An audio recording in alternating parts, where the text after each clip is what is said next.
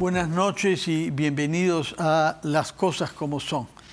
Más que nunca necesitamos serenidad y prudencia cuando vivimos circunstancias difíciles. Lo hemos visto esta mañana en la localidad de Retamas, en La Libertad, donde hay una población afectada, hay una población naturalmente perturbada por la tragedia que han vivido el día de ayer y que ha significado la muerte de varios de los habitantes de esta localidad. No sabemos todavía cuántos, puesto que se vienen excavando para sacar cadáveres que han quedado sepultados ahí.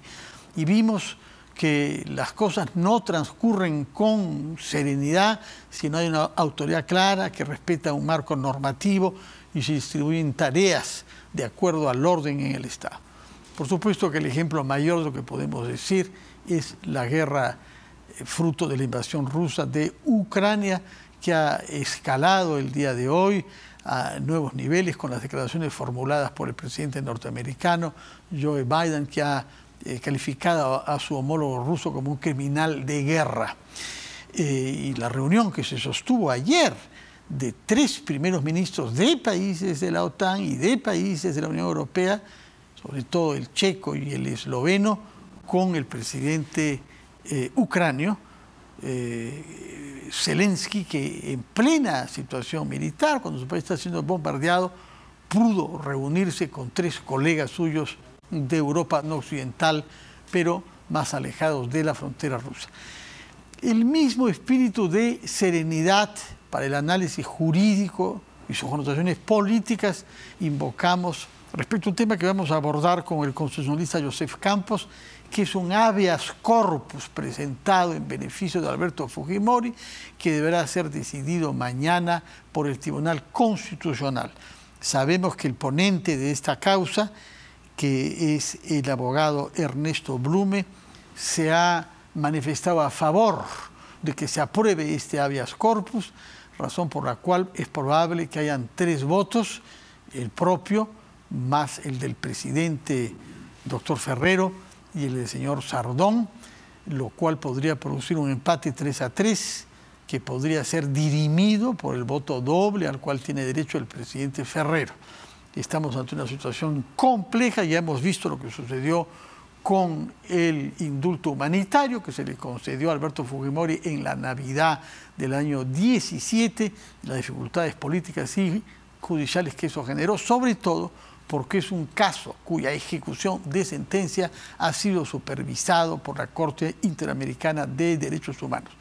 Doctor Joseph Campos, muchas gracias por estar en RPP. Gracias, Fernando. Y por darnos su ciencia para tratar de comprender por qué hemos llegado acá. En primer lugar, se dice que son 3 los habeas corpus que habían sido acogidos por el Tribunal Constitucional, uno de los cuales es este, que será discutido mañana. Explíquenos cuáles son esos 3, si es que difieren en algo, y cuáles son los argumentos de este habeas corpus sobre cuya decisión final tendremos noticia mañana probablemente. Pueden ser más incluso. El tema puntual es que el que se va a conocer mañana, yo sí he podido acceder directamente a la demanda, es de una deficiencia y una precariedad absoluta, ¿no? O sea, con lo cual, en realidad, que exista este debate que ha trascendido va a significar que el Tribunal Constitucional en realidad va a poner lo que no se ha puesto por parte de la defensa, ¿no?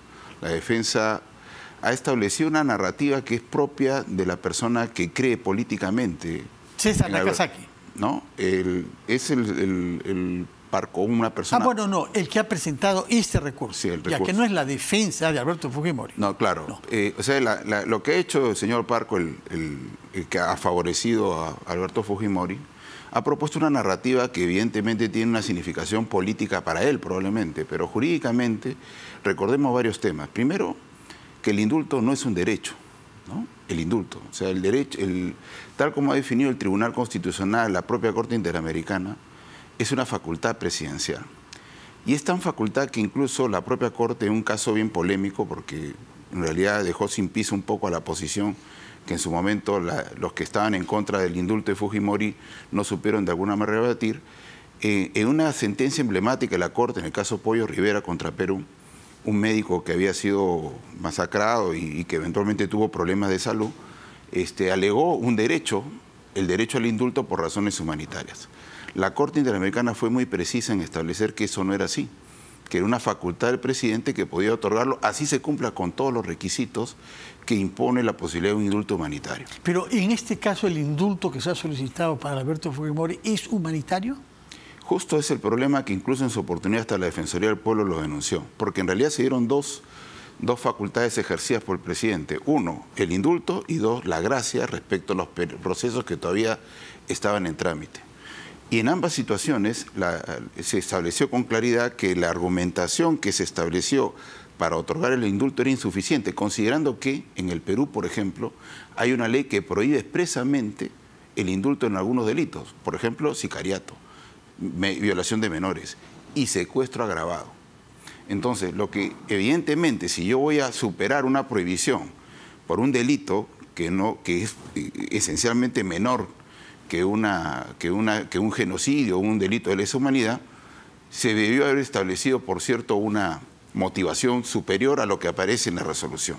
Y en este caso, Alberto Fujimori ha sido condenado por crímenes vinculados a la Cantuta y Barrios Altos, pero también por 2 casos de secuestro agravado, el de Gustavo Gorriti y el del empresario Dyer. Entonces estaba prohibido. Entonces, sobre la base de esa prohibición, tuvo que haber desarrollado una motivación diferente y superior. Y además tenía en giro otros procesos que fueron beneficiados a través del derecho de gracia. Y respecto al derecho de gracia, no dijo cuáles eran los procesos que iban a ser beneficiados.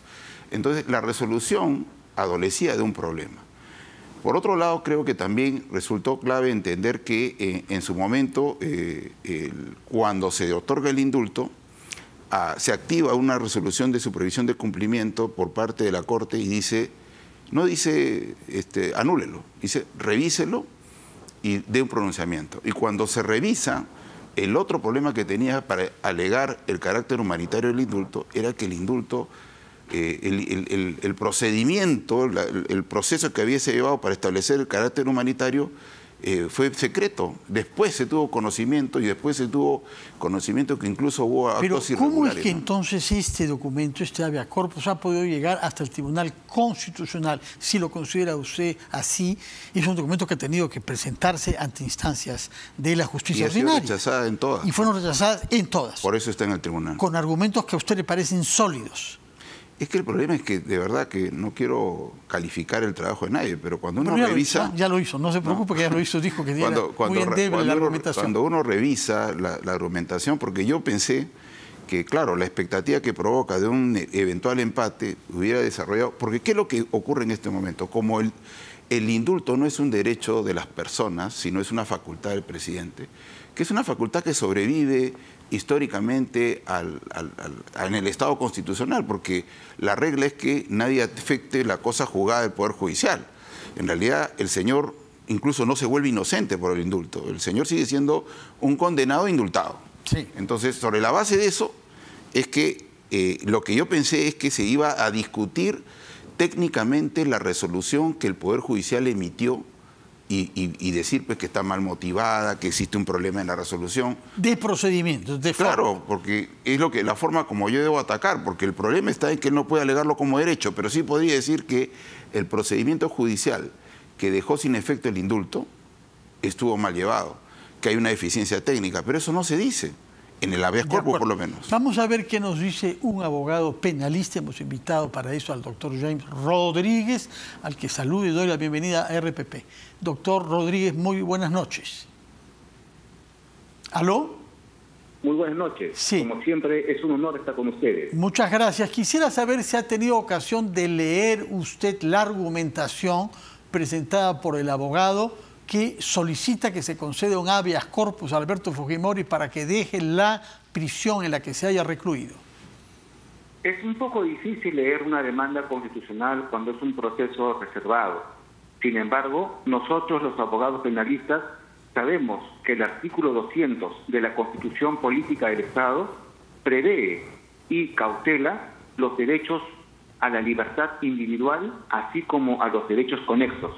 En consecuencia, es en base a este pedido y a este fundamento de la Constitución, el cual la demanda constitucional del expresidente ha interpuesto ahora ante el Tribunal Constitucional para que sea finalmente resuelto este pedido de habeas corpus, el cual busca definitivamente anular la sentencia de la Corte Suprema que dejó nulo lo que se llama el indulto otorgado por el expresidente Pedro Pablo Kuczynski. Lo que usted sostiene es que el habeas corpus aspira a que la anulación de ese indulto sea revocada y que el indulto que se le concedió el año 17 adquiera nuevamente validez.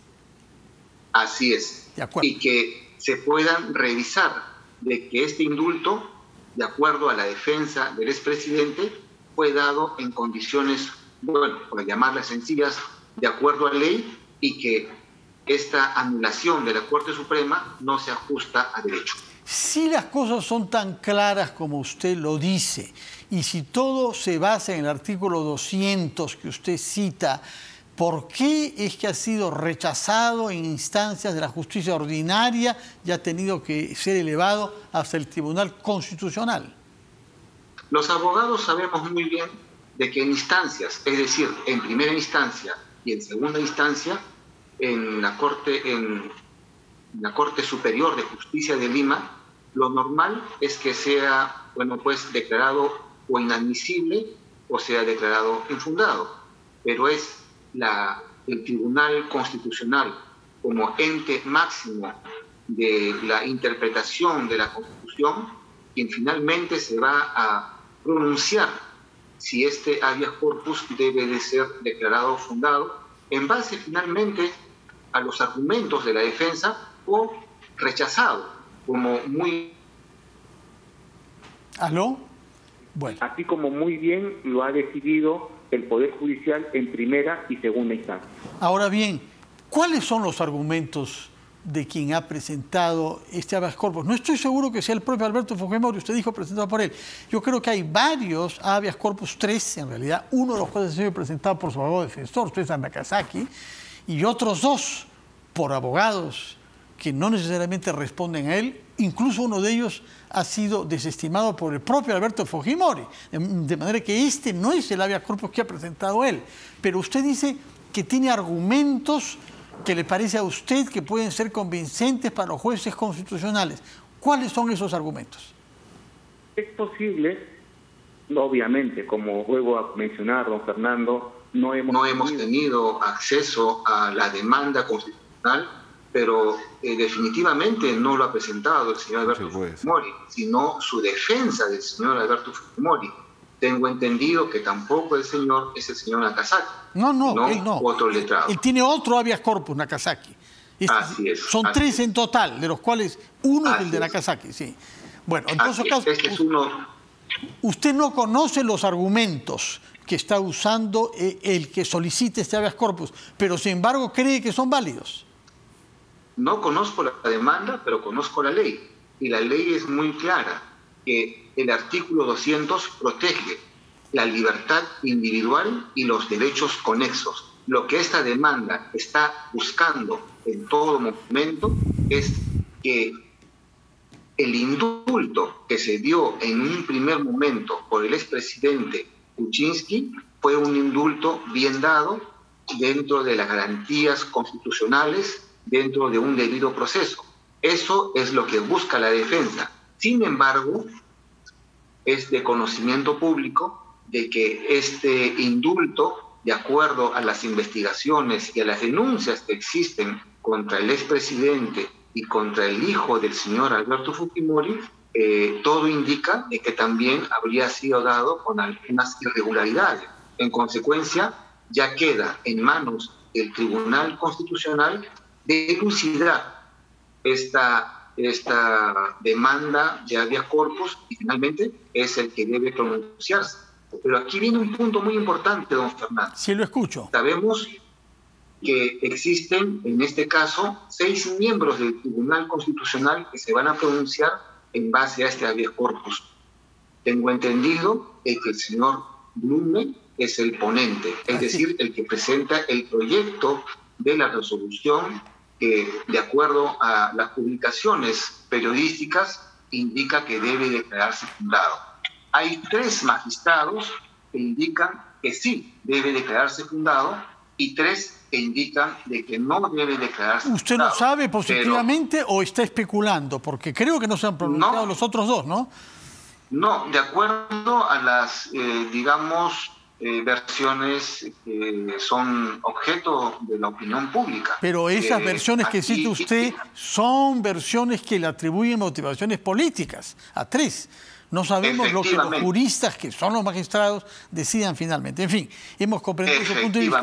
Permítame, por favor, voltearme hacia el doctor Campos y consultarle sobre el argumento principal que nos ha dado el doctor Rodríguez, que nos ha dicho que no ha leído el habeas corpus, pero que todo gira en torno al artículo 200.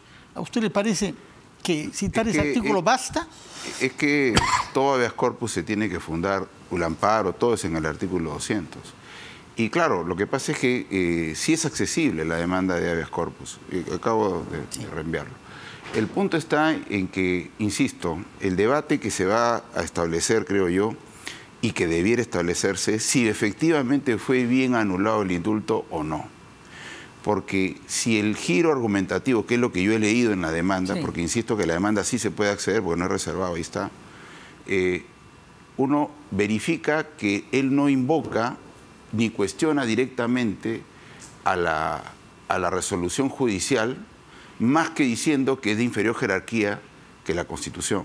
Entonces, pero el problema está en decir en qué está mal la resolución judicial anulatoria, porque la resolución judicial anulatoria, en parte, se dio como parte de una revisión a la que la Corte Interamericana estableció como una obligación en la sentencia, en la resolución de supervisión de cumplimiento, en el caso de Lacantut y Barros Altos.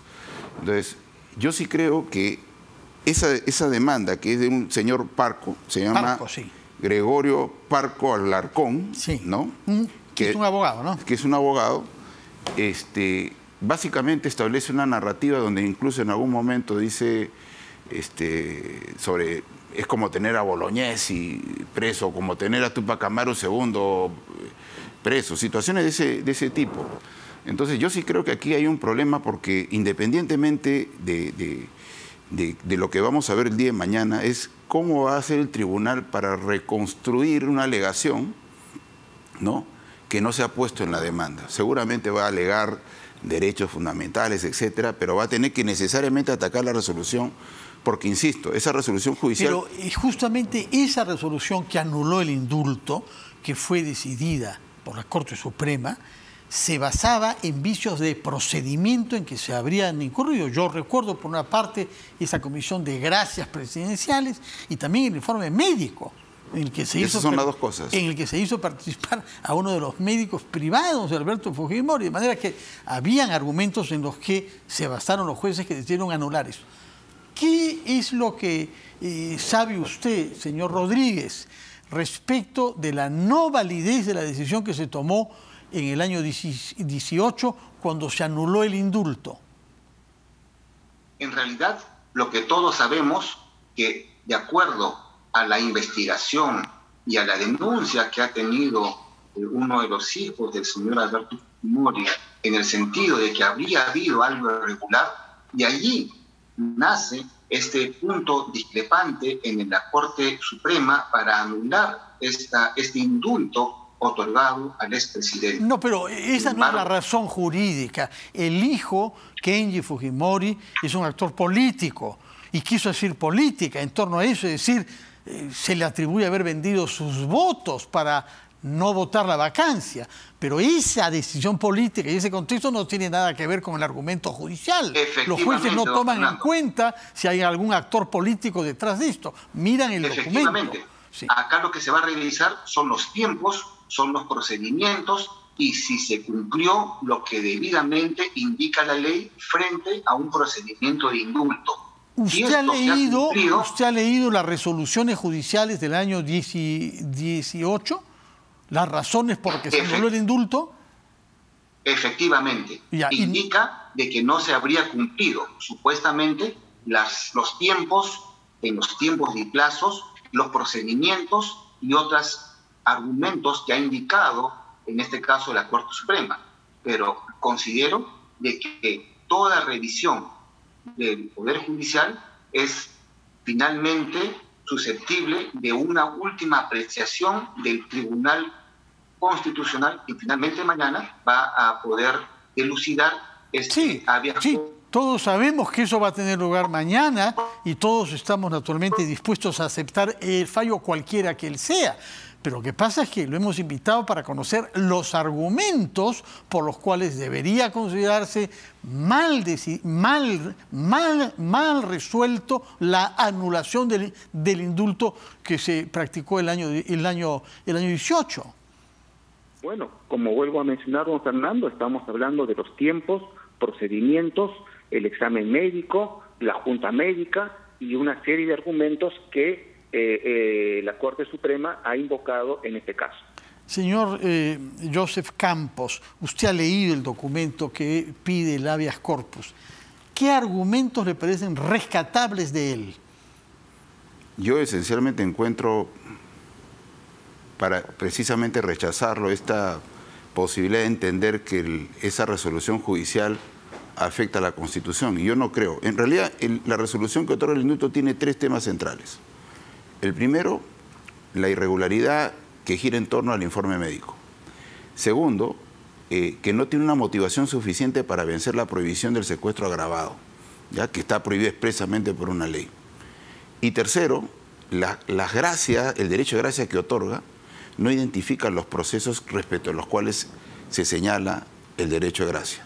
Entonces, existe un problema en la resolución del indulto, ¿no? Que fue notificado el 24 de diciembre por lo demás. Sí, entonces, lo que ha hecho el Poder Judicial es revisar y establecer la irregularidad en el informe médico. No calzan los tiempos en el procedimiento que establece el decreto supremo que otorga cuando se tiene que definir un tema humanitario. Y ciertamente lo que ha establecido, y creo que con razón, es que no existe acto de autoridad alguna que pueda ser libérrimo. Y es más, en este tema del indulto, que normalmente dicen el presidente puede decidir a quien quiera darle el indulto, en realidad tampoco es así. No. Porque en realidad lo que él está obligado a establecer es a las motivaciones que lo llevan a establecer la decisión sobre el tema del indulto. Entonces eso no ocurrió, el Poder Judicial lo anuló. Entonces este habeas corpus, cuando uno lo revisa, la demanda de principio a fin, establece una narrativa política, ¿no? Esencialmente. Pero los jueces constitucionales no pueden basarse en una narrativa política, tienen que buscar argumentos constitucionales y técnicos. Lo que yo creo es que el voluntarismo que a veces ha expresado el Tribunal Constitucional cuando desea, porque a veces no se ha metido en temas importantes para definir, es que pueda llevar a decir, el problema existe por fuera de lo que ha planteado la demanda. Entonces yo estoy obligado a establecer defensa si es posible. Entonces bajo ese debate establecerá, por un lado, de que, y no creo, porque ya hay un antecedente del Tribunal Constitucional donde precisamente ha hecho un control y ha anulado indultos otorgados, como es el caso del señor Crucillato. Famoso, sí. ¿No? El caso del señor Crucillato. Entonces yo no encuentro, básicamente, y esto lo digo con cargo a ser muy preciso y estricto en lo técnico, porque no se vaya a entender algo diferente respecto a mi responsabilidad como docente, es que la resolución del indulto adolecía de una precariedad absoluta. O sea, no era suficiente para efecto de establecer y superar el indulto de una persona que tiene una responsabilidad penal establecida de la dimensión que se le ha establecido, con o sin justicia, respecto a Alberto Fujimori. Pero no dicen mayor cosa. Entonces, superó una prohibición sin justificarlo. Dio derecho de gracia sin identificar a qué proceso le va a dar. Y por último, el procedimiento que acaba en el informe médico, que es conforme al decreto supremo que organiza la Comisión de Gracias e Indultos, tampoco tenía transparencia. Recordemos que, hablando de la Defensoría del Pueblo, por ejemplo, la Defensoría del Pueblo pidió 2 veces acceder al expediente y se negaron a entregarle. Entonces, se determinó, además, que las fechas no calzaban y finalmente se entendió que si el argumento era inhumanitario, no correspondía, no había forma de sostenerlo. De acuerdo. Señor Rodríguez, el abogado Campos nos ha explicado, y usted como penalista debe conocer eso con mucho detalle, que hay algunas restricciones sobre beneficios penitenciarios y sobre indulto para el caso penal de secuestro agravado. y que eso es uno de los problemas que se plantea para el indulto. ¿Qué responde usted a ese argumento? Y existe una ley en los cuales en estos delitos de secuestro agravado no procedería un indulto. Sí. Esto es uno de los argumentos que la Corte Suprema se ha basado para rechazar este indulto humanitario presentado, bueno, en todo caso, otorgado al expresidente Fujimori. Sí. De acuerdo a la resolución que hemos podido tener conocimiento, de una forma bastante amplia y bastante, digamos, docente, entonces hemos podido percibir de que este argumento no ha sido corroborado o no ha sido validado para que la Corte Suprema lo acepte. Y en consecuencia, ¿cómo no ha sido validado? Si está o sea, definido en los códigos que el secuestro agravado no amerita en ningún caso un indulto, no se necesita corroborar más. Acá hay una condena por secuestro agravado. Efectivamente, este ha sido uno de los fundamentos para el cual la Corte Suprema anule pero usted que dice que el Tribunal Constitucional podría jurídicamente anular otra vez esa decisión de la Corte Suprema, ¿cómo reacciona ante la objeción jurídica que ha presentado el doctor Campos respecto del secuestro agravado? Ya viene a ser, a mi punto de vista, una interpretación de la ley que pueda dar el Tribunal Constitucional.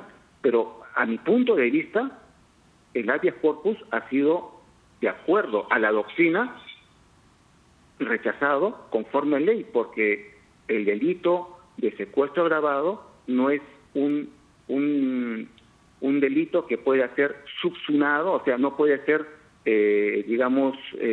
dado un indulto, en este caso de un presidente, un indulto presidencial. Pero nos está diciendo que el habeas corpus ha sido justificadamente rechazado por la Corte Suprema. Desde el punto de vista jurídico, sí. ¿Y hay otro punto de vista acá? ¿Hay otro punto de vista? ¿El único punto de vista que cuenta es el punto de vista jurídico o hay otro punto de vista? No puede existir, don Fernando, otro punto de vista más que el argumento jurídico y legal en declarar fundado o infundado un habeas corpus. Pero entonces, si es que lo comprendo bien, usted considera que el Tribunal Constitucional no tendría argumentos para hacer que se proceda con el indulto. Yo esperaría que el día de mañana el Tribunal Constitucional finalmente lo revise y que pueda decidir. Pero desde el punto de vista jurídico, la Corte Suprema ha actuado conforme a ley. Bueno, señor Campos. Yo especulo una razón. Va a decir, el límite de la prohibición está en una ley y la facultad de presidente está en la Constitución. Entonces va a oponer esa situación y eventualmente, discutible por cierto, ¿no? Pero va a oponer esa situación donde los que estarán a favor dirán, el límite, la facultad del indulto y la gracia está en la Constitución. El límite está en la ley. Entonces yo debo optar por esto. Pero eso es indiscutible, ¿no? Porque al final de cuentas el desarrollo de la restricción también se inspira en valores constitucionales, ¿no? Porque cuando uno busca que este determinado tipo de delitos tengan esa sanción complementaria, porque tiene una sanción directa cuando uno comete el delito de secuestro, pero hay una sanción complementaria, es que tú que cometes el delito de secuestro, tú que cometes el delito de sicariato, tú que violas a menores, tú no vas a tener indulto. Entonces, vamos a ver cómo hace el tribunal, porque insisto, probablemente la demanda de César Nakazaki sea más interesante, pero esta que está llegando el día de mañana... ¿Le parece que no está argumentada? Yo se le he pasado por WhatsApp. Muchas gracias, la voy a leer con mucha atención. Señor Rodríguez, ¿qué papel debe jugar en este caso la Corte Interamericana, que ya ha tenido que ver con el tema del indulto y que se había pronunciado a título de supervisión de la sentencia? ¿Qué va a pasar si es que se toma una decisión en el Tribunal Constitucional que la Corte interpreta es contraria al derecho? Efectivamente, don Fernando, como sabemos, los juristas, la Corte Interamericana viene a actuar como una última instancia internacional una vez agotado la vía nacional. En palabras sencillas, uno no puede recurrir a la Corte Interamericana sin haber agotado primero la instancia del Poder Judicial y en este caso el Tribunal Constitucional. Una vez ya resuelto en el Tribunal Constitucional, sea favorable o desfavorable, viene a ser una potestad de la defensa recurrir a la Corte Interamericana a través de la Comisión para demandar al Estado peruano en busca de justicia.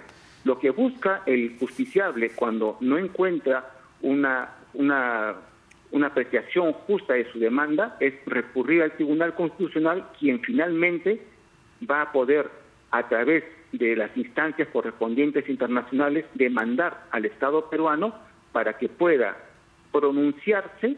En todo caso, la Corte Interamericana se pronuncia en base a que si esa demanda está favorable o desfavorable y lo interpone ante el Estado peruano. Bueno, realmente uno termina por desear que no se esté jugando con la vida y con la situación de un ser humano que al fin y al cabo tiene 83 años y por lo que dice usted podemos seguir en un ir y venir. Señor Campos, palabras finales sobre el rol de la Corte Interamericana y la competencia que tiene para este caso. Comencé con señalar un tema importante en una sentencia que el tribunal, creo que fue el argumento por la cual la Corte Interamericana, finalmente no ordenó directamente la anulación del indulto a Fujimori. Es el caso Pollo Rivera. Primero dice que no es un derecho de ningún procesado, de ningún sentenciado, porque tiene que ser sentenciado para poder acceder al indulto, el indulto humanitario, por más que concurran todas las. Pero por otro lado sí reconoció, ¿no?, que es una facultad y una competencia que puede ejercerla el presidente de la República.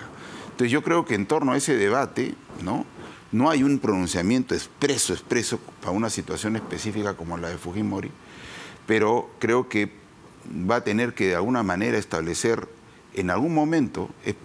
La situación del señor Fujimori puede cambiar con la demanda de Nagasaki, por ejemplo, ¿no? Dependiendo, veamos qué ocurre. Un argumento más estructurado. Pero de momento, y podría ya no ir, pero como bien dice el doctor, se habilita un camino en el escenario internacional, pero que claro, sí, debo admitir y coincidir que es un camino largo, tortuoso. Bueno, sí, ojalá que estemos ante decisiones transparentes y argumentadas que nos ahorre una nueva situación como la que se generó con el indulto concedido por Pedro Pablo Kuczynski, que en realidad no hizo sino complicar las cosas desde el punto de vista judicial y político. Muchas gracias por su presencia acá, doctor Joseph Campos. Muchas gracias, doctor James Rodríguez. Hemos escuchado el punto de vista de un penalista y el de un constitucionalista, y lo que queremos es que se tomen decisiones que sean inapelables por su transparencia y por su independencia de criterio. Vamos a hacer una pausa y recibiremos a dos analistas políticos, a Juan de la Puente y Hernán Chaparro, para que nos den pistas de comprensión de la coyuntura y del proceso que se abre ante nosotros. Muchas gracias y buenas noches.